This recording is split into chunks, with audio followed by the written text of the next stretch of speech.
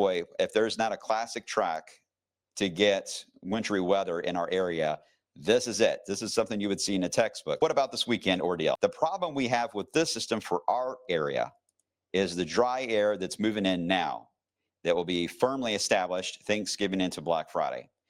That dry air is going to be in the leading side of this system. So the question will be then, how much of the system is sacrificed to evaporation for the warmer flow to flip this over to rain?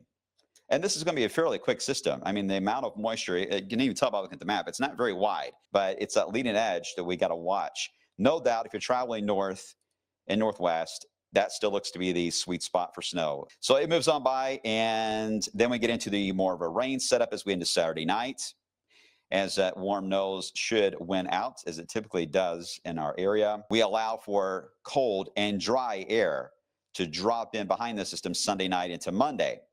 That then sets the stage for the next system, which will be arriving late Monday into Tuesday.